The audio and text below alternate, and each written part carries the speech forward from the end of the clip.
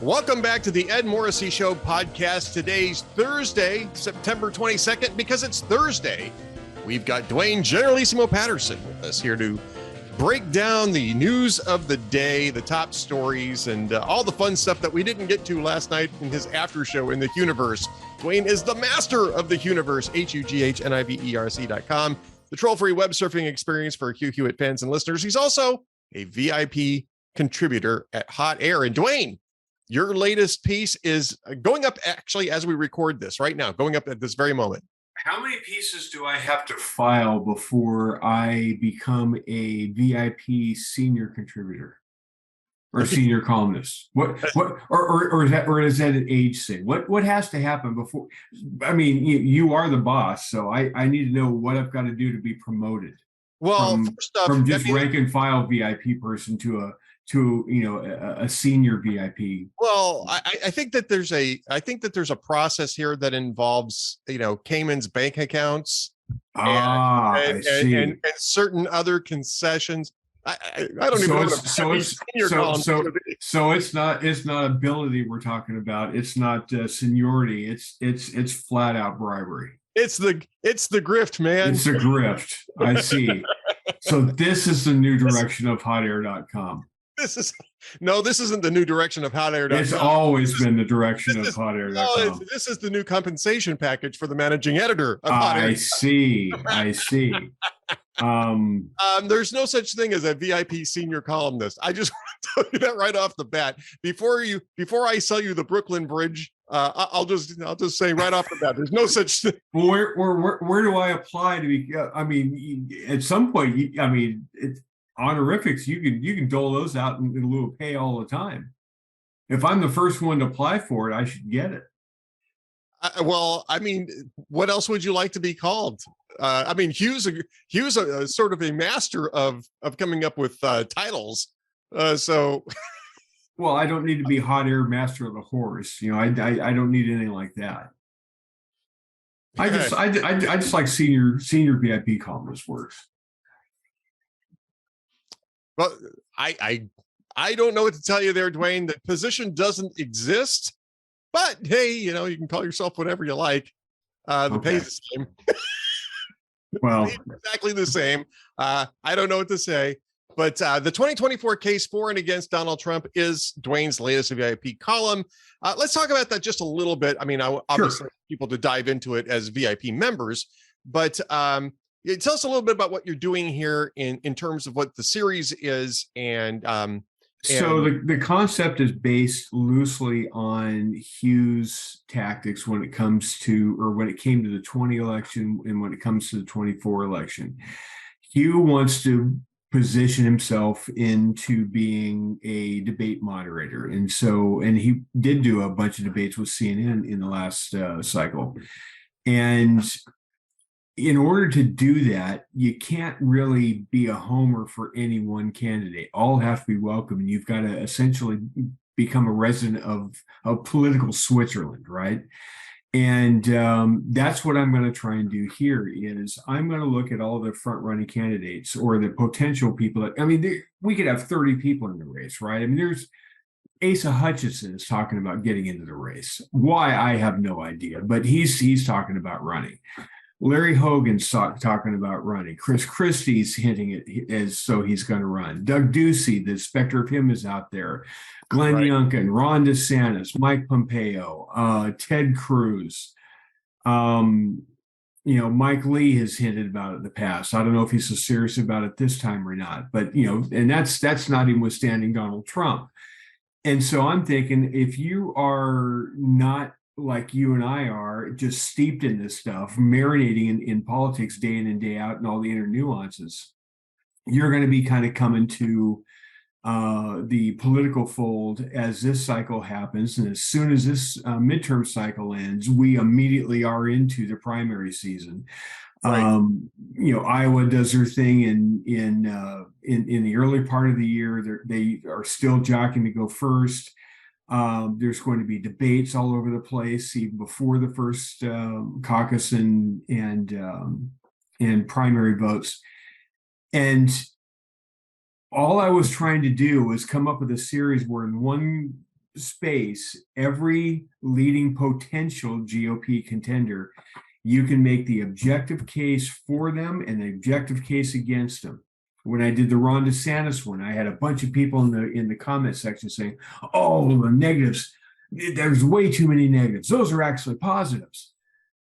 I don't care. I'm like Tommy Lee Jones in The Fugitive, right? I don't care. My whole point is whether you like them or you don't like them. If you like them, these are still going to be the hits that are going to come against them that you better have a good answer for. If you don't like the guy, these are all the things that people are tout as this person's record as what he can run on. You're going to have to be able to counter that if you want to ding them. I mean, it's just a repository for the good points and the bad points as objectively as I can make that case without tipping my hand about who my preference personally is.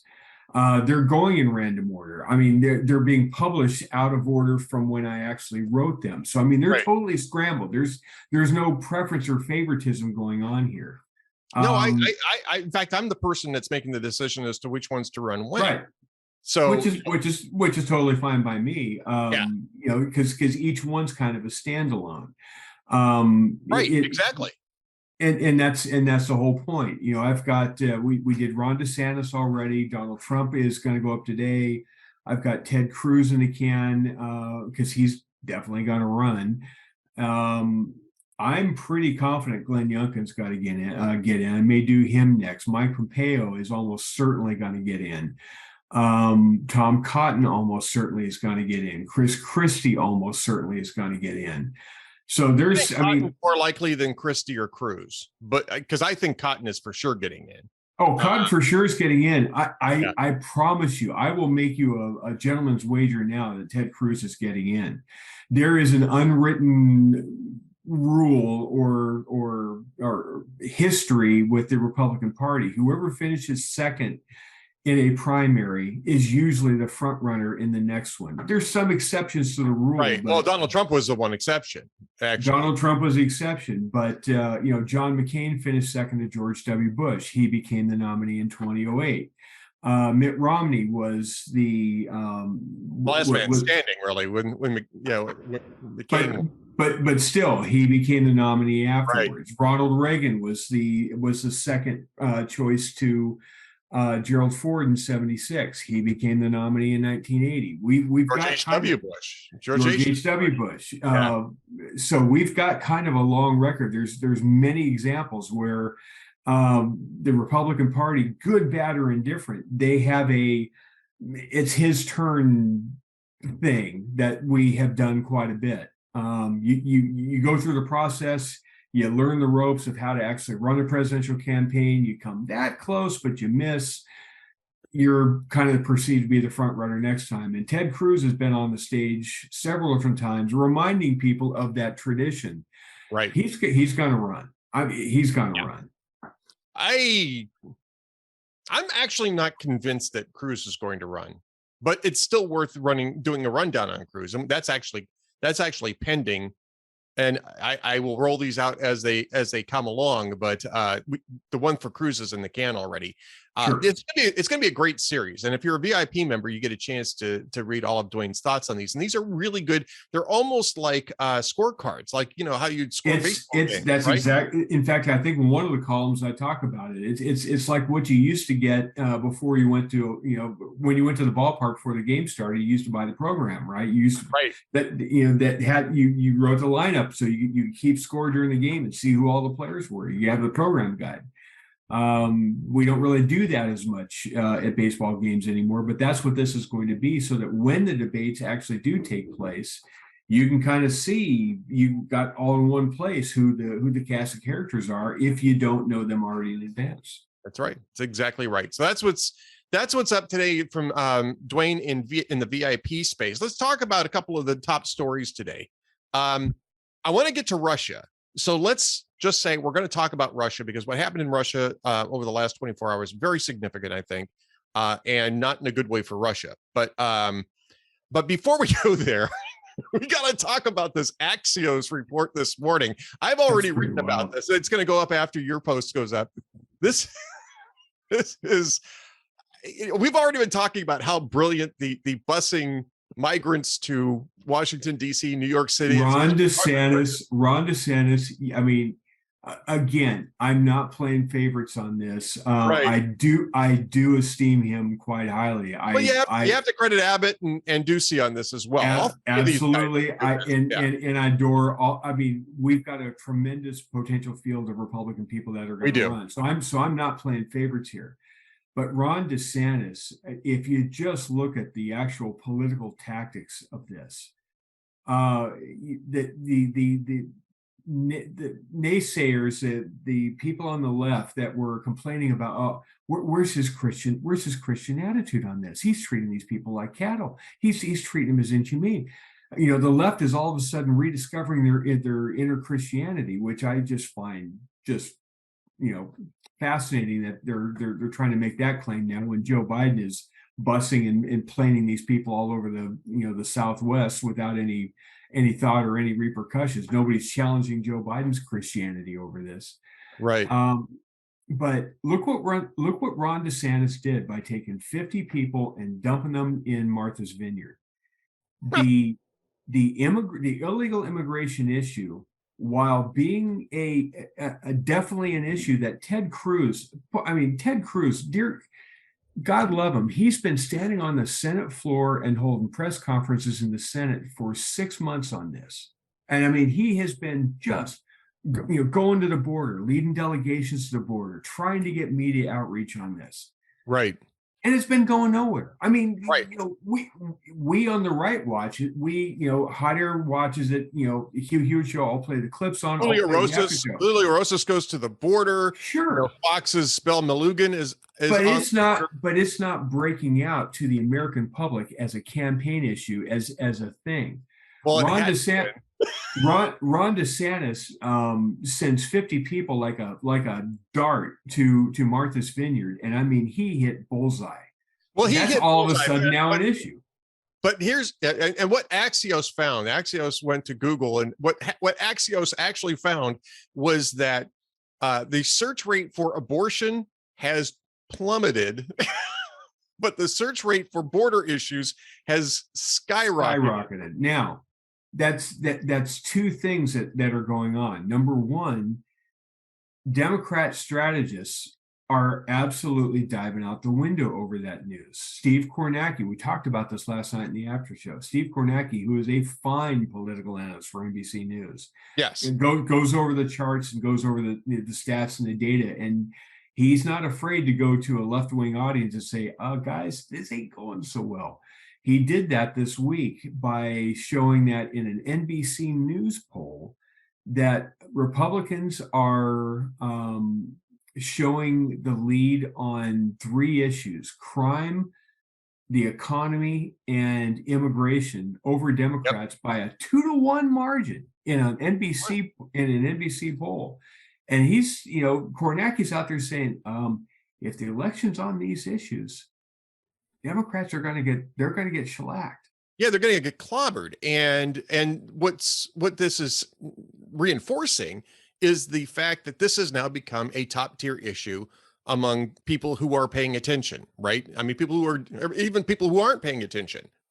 I guess you could say that this is actually penetrating to the non-paying attention crowd, because these are the people who need to Google this to find out what's going on. Which is the brilliance of Ron DeSantis. DeSantis, Abbott. Here's the reason why I say Abbott first.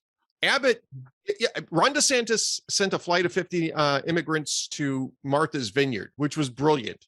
But Ron DeSantis, Greg Abbott sent them to Washington, D.C. and New York City, the 2 media centers. Absolutely. He sent them to Chicago. He has done this but first to Washington, D.C. Correct. And to New York City, which is where the media lives, right? Understand.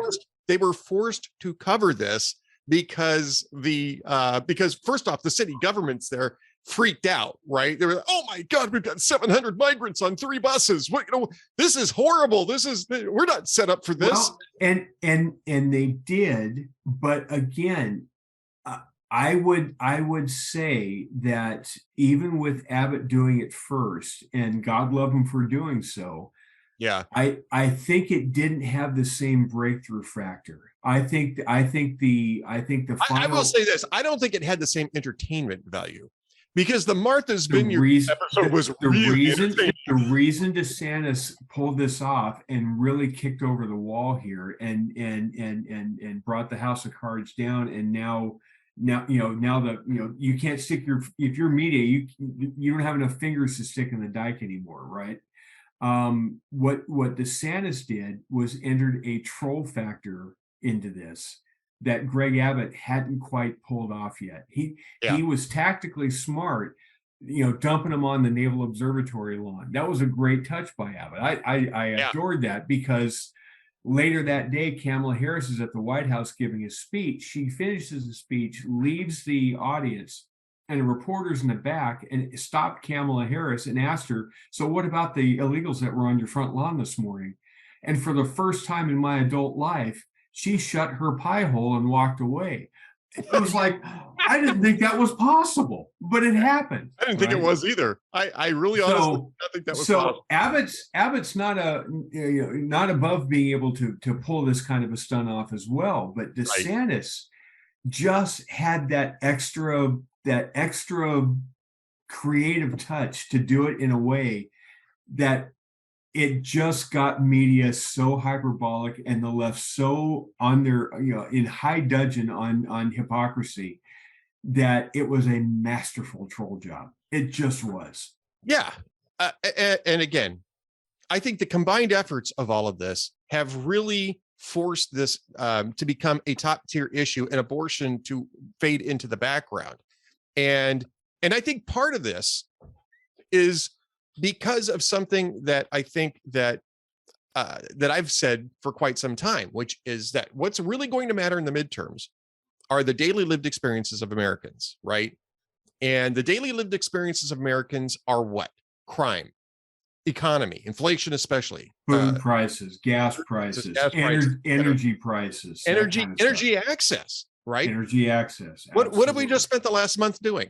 Going through some rolling blackouts, going through energy rationing. You had energy. I mean, have you looked at your electric bill lately? I mean, it's well, I mean, we mentioned energy prices, but I'm talking about actual energy rationing where you couldn't even access it the way that you would normally want to access it.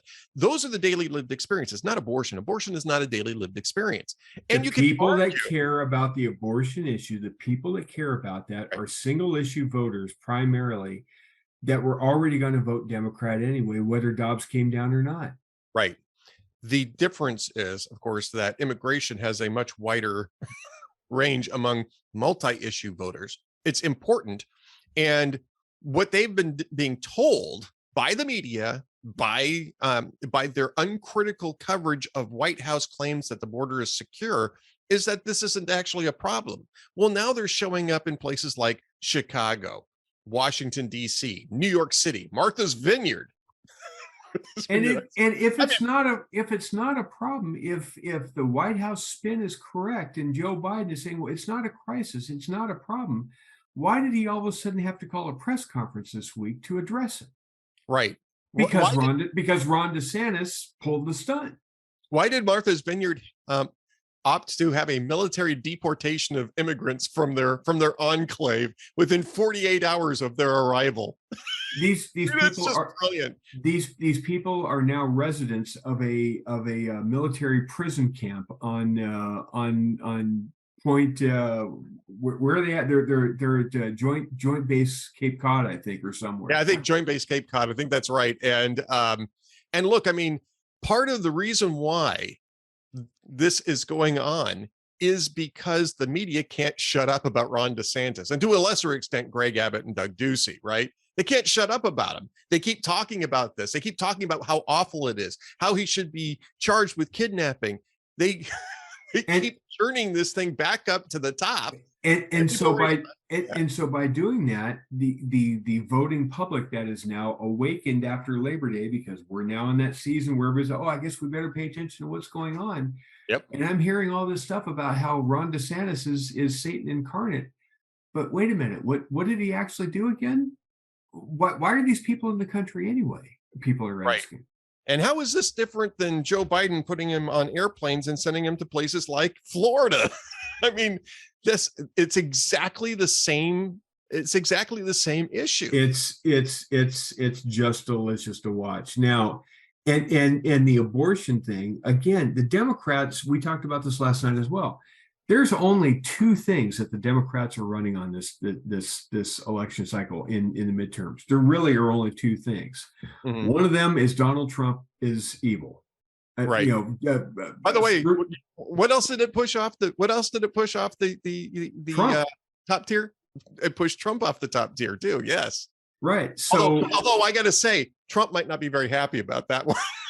I'm sure the rest of the Republicans are probably very happy about that. I'm sure he's not. So Trump's all of a sudden not even talking about the immigration issues. He's trying to he's now in a war with Letitia James. He's got legal troubles now. So that's sideburner stuff to me. But the only thing the Democrats had to go on that Nancy Pelosi thought was going to keep the House, that Chuck Schumer thought's going to keep the Senate, was we're going to get that son of a bitch Donald Trump. And number two, the Dobbs decision. And everybody was going to rally and everybody was going to vote the Dobbs decision. And that was going to be the only thing. That was our ticket to hold in the line for the next 2 years. The problem is the abortion thing has run out of gas. It just has, because everybody's got an opinion on it now, and it's going through the state process just like it's supposed to go. I'll show you how tired of an argument the abortion thing is. Can you let me share my screen? I can. Let me just do a quick thing here. We'll do this, and then we got to get to Russia at some point here. And that's fine. That's fine. Go ahead. You have the con. This will be quick. There is a governor race. You'll be surprised to learn down in Georgia, right? It's not much of a race because, Stacey Abrams is going to get crushed by Brian Kemp, but nevertheless, there is a race down there, right? Oh, did you hear about Stacey Abrams saying that a fetal heartbeat at 6 weeks is just a manufactured sound? That's what I want to play for. Oh, I'm sorry. I blew it. I'm sorry. I thought you were going to else with that. You stepped on my lead. This is the abortion. This is what happens when you don't do. This is what happens when you don't do show prep. Yes, and this is the new argument for all abortion all the time, from Stacey Abrams, who is a medical expert and a global conspiracist, apparently. Here is what she thinks right here. There is no such thing as a heartbeat at 6 weeks. It is a manufactured sound designed to convince people that men have the right to take control of a woman's body away from her. It's a manufactured sound, says Stacey Abrams. There is no such thing as a fetal heartbeat at 6 weeks. It is a manufactured sound, which means everywhere in the world, every medical expert in the world is faking a heartbeat. There is a global conspiracy of obstetricians that have conspired together to create a fake heartbeat sound that they share everywhere on ultrasounds. Yeah. Ed, that's maybe the craziest thing I have ever heard a candidate say. It's really insane. It's really insane. I have it up in the headlines for later today, but I might actually still write about that one. That is ass hat crazy. David Strom might have written about it. I see that he's putting up a post about something from the Today Show, where they accidentally prove that a fetus is actually a human being. I haven't seen the post yet, but I saw the headline. So if that's the argument they're trying to make, that the fetal heartbeat bill is a fraud because there's no such thing as a fetal heartbeat. Yeah. Well, that's apparently what they're going to argue, but we'll see. Okay. Now, I understand that. How many Americans are going to believe that? Oh, rank and file Americans. A few, but not many. Not really very many. No, not really very many. All right, Duane, we got to talk a little bit about Russia. We got a few minutes left here. Yes. Vladimir Putin announced a full mobilization, which has now been clarified to say up to 1 million men for the Ukraine war. Kremlin has been letting cannon fodder across the country. Well, it's first off, it's cannon fodder. Secondly, they don't have the equipment for another 100,000 men, let alone 1 million men. They're going to have to dust off World War II era stuff in order to equip these guys because they're simply out of equipment. They're leaving it behind on the battlefield at the moment. Right. They don't have the armor. Well, we saw that months ago. How many tanks are Ukrainians driving around in that are Russian tanks? Well, how many tanks are Ukrainian farmers hauling around on their tractors? Exactly. Right? Out of the field so they can plow the ground. And most of the ones that they're capturing now are functional or almost functional. They just need a little bit of rehab, and the Ukrainians are just adding them to their own stores. And don't forget that the Ukrainian military was oriented towards Soviet era equipment in the first place. So they know how to work on these things. Sure. So two things I think come out of this. There's the Institute for the Study of War, which is at understandingwar.org. Great resource. I highly recommend it to everybody. They make a really interesting point. There was, Putin sort of rattled the nuclear saber yesterday, but they make the point that he was kind of careful in doing that in terms of casting it as strictly defensive and not even really tying it to the areas of Ukraine that he wants to annex. I think the idea here to the West is just to remind us that he's a nuclear power, but I think that speech, and especially the nuclear saber rattling, was intended for the domestic audience to call back to mind the so-called greatness of the Soviet era of Russian imperialism. And if that's the case, man, this thing is a failure. People are trying to stampede out of Russia at the moment, and they're now actually going into the streets to protest over the mobilization. I mean, this is... Richard Engel had a segment on the Today Show this morning where they played a couple of Moscow all the way across the country. There are widespread protests of people in the streets saying enough of this. Well, that's because they know that the mobilization is going to start coming from Moscow and St. Petersburg and Yekaterinburg, which it hadn't up to this point in time, because for the most part, they've been trying to avoid getting too many ethnic Russians on the front lines of Ukraine. They've been looking to the outer reaches of the Russian. It's not really an empire anymore. I don't even know what you call it. But the Russian Federation is yeah. We'll call it the Russian Federation. But if they're gonna mobilize another 1 million men, a lot of that's going to have to come out of Moscow. It's going to have to come out of St. Petersburg. It's going to have to come out of Yekaterinburg. It's going to have to come out of places where ethnic Russians are dominant. And I think the ethnic Russians got a big, huge whiff of the humiliation that Russia is currently getting in Ukraine maybe for the first time. For some of them, are understanding that Putin's losing this thing. So if Ukraine flanks Crimea and seals off the concentration of Russian troops in Crimea and seals that off, that's pretty much about game over for Russia as far as trying to do anything in Ukraine. But then what you have is if Putin's speech was meant to be a rallying cry appealing to the patriotism and harkening back to the good old days of the empire of the Soviet Union, and we're a nuclear power. We can destroy the West. We've always had the ability to destroy the West.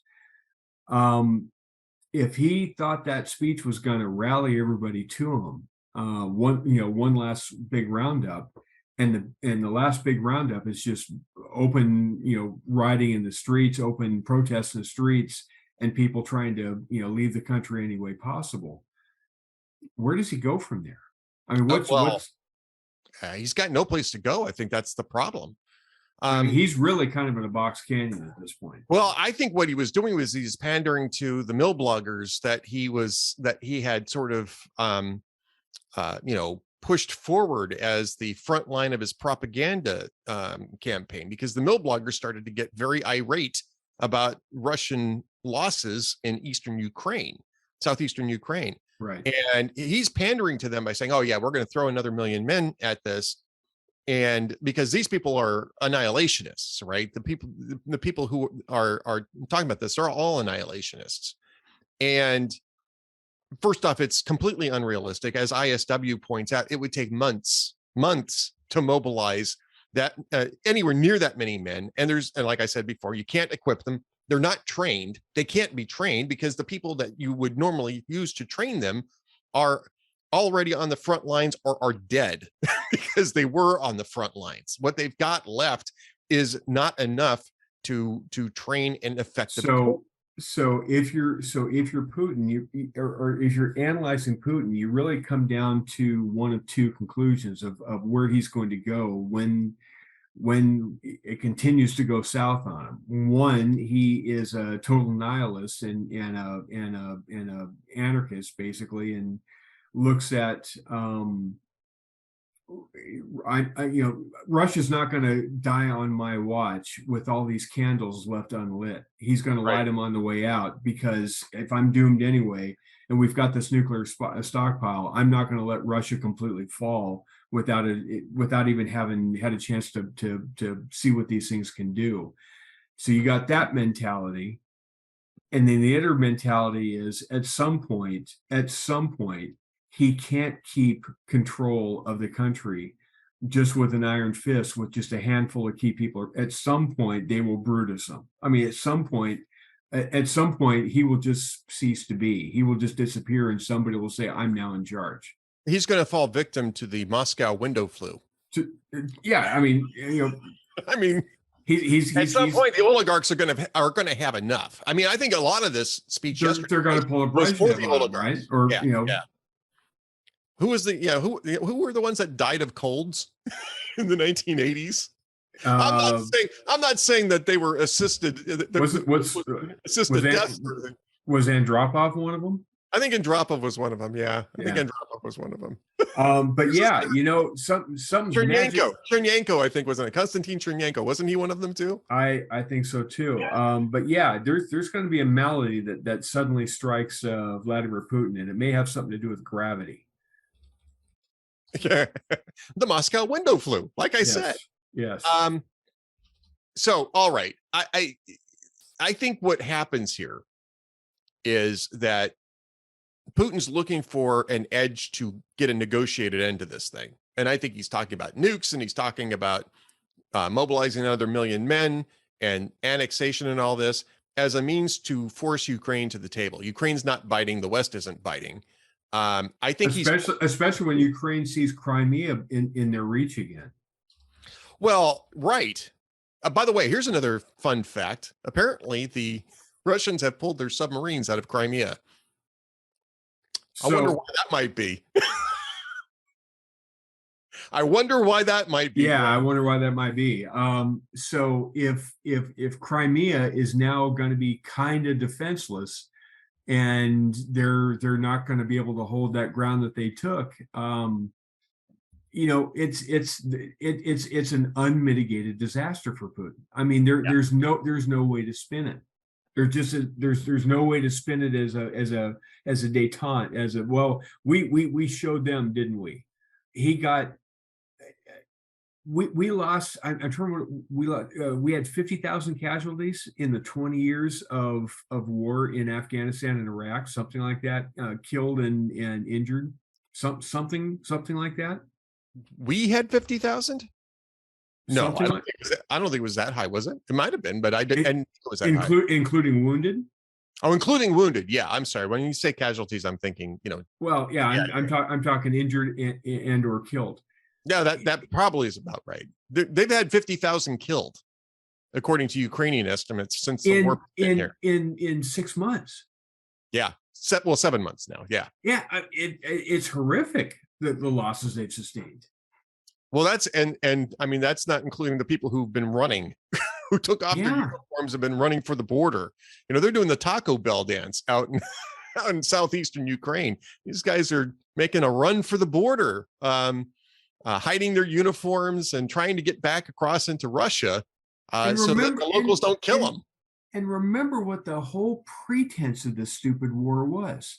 and we knew it was a BS pretense at the time, but Vladimir Putin's stated pretense was, we can't afford an encroaching NATO on our border and having Ukraine eventually join NATO, which they were not going to do. I mean, it was it's had been discussed, but yeah, nobody was really serious about pursuing that. There was nothing serious about it, but he didn't want a Ukraine joining NATO right on his border. So what does he have? He's got Finland and Sweden on his border that are now NATO, which, by the way, are still open borders, because a whole lot of people from St. Petersburg are lining up to get across the Russian border desperately to get into Finland. Yeah, they don't need a visa either. They can just go right into Finland. So it's the whole thing has just been just a debacle. utter debacle. All right. Speaking of things that are not debacles, what's coming up on tomorrow's Hugh Hewitt show, Duane Generalissimo Patterson? Well, as of now, I think we will have a conversation with Larry Arnn. We usually do on Fridays. That's always kind of a fun thing. Then we also have, let me look at my calendar. This is Duane's show prep, by the way, for tomorrow. This is my show prep. I think we have either Herschel Walker on tomorrow, or we have Adam Laxalt on tomorrow. We keep running through the Senate candidates. Right. We just had Blake Masters on today. Blake Masters said he kind of tipped his hand too, as far as what their internals are showing. And it obviously, candidates are at this stage of the game, they're going to do happy talk. But he says we're tied. He says we're in a dead heat right now. We've closed the gap down to a toss up. All the directions moving towards Blake Masters. Remember, in most polling a month ago, 2 months ago, he was down outside of margin error. He was down 5-6, right? Right. It's a pick 'em right now. So that, again, no poll is reliable other than it shows a direction and a trend. And if you look at every poll that we've seen thus far, in every important congressional, Senate, or gubernatorial race, the movement's been towards the Republicans in the last 3 to 4 weeks. Everything is closing Republicans' way. And I think with the likely voter models being applied, you're going to just really start seeing that in overall polling too. And the Axios thing, just to cycle back where we started, the Axios thing just shows it. I mean, if you look at what is piquing people's interest right now, the issues that people care about, it's not the issues that Democrats are running on. It's the issues the Republicans are running on. It's just, it's closing the right way. Yeah. Republicans finally wised up. I guess that's the lesson. All right. You can find out more tomorrow on the Hugh Hewitt show, starting at 6 a.m. Eastern time, 5 a.m. in God's time zone, 3 a.m. on the left coast. And if you're a member of the Huniverse, which you should be by now, HUGHNIVERSE.com, the troll-free web surfing experience for Hugh Hewitt fans and listeners, you can actually watch the Hugh Hewitt show unfold on your very screens. If not, though, you can listen to it on your AM radio dial. Duane, what should people do if they can't find it on the AM radio dial? Well, I think you just have to resort to bribery, right?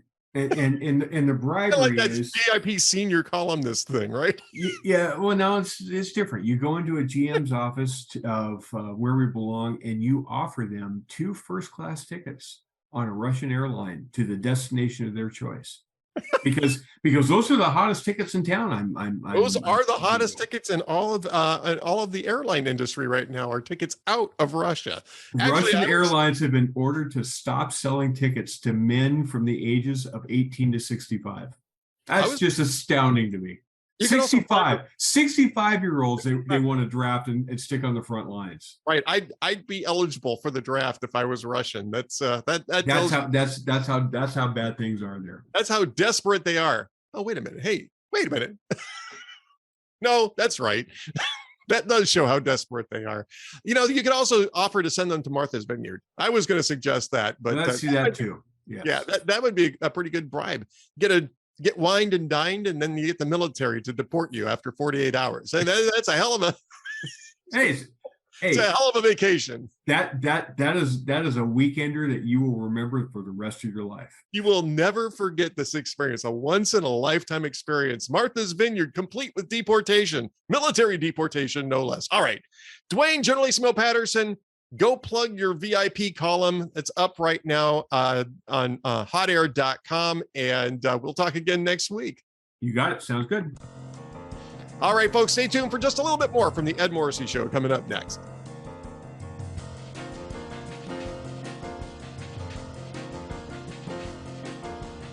Thank you for watching or listening to the Ed Morrissey Show podcast. You can subscribe to us on YouTube, Spotify, Apple Podcasts, and through the Town Hall Media Player, or you can just come to hotair.com and watch my podcast for free. However, I'd also love to have you join us as members of our VIP and VIP Gold programs. That allows us to defeat the stranglehold that big tech has on information and get you the best information that we possibly can. Plus, we have a lot of new value-added content coming to us from Town Hall Media stars and my good friend Adam Baldwin. He and I are doing the video series, The Amiable Skeptics. It's 1 hour of discussion a week, strictly for our VIP and VIP Gold members. Plus, we have our VIP Gold chat with Kem Edwards every Wednesday afternoon at 1:30 p.m. We'd love to have you as members. Be sure to join up. Thanks again for watching the Ed Morrissey Show podcast.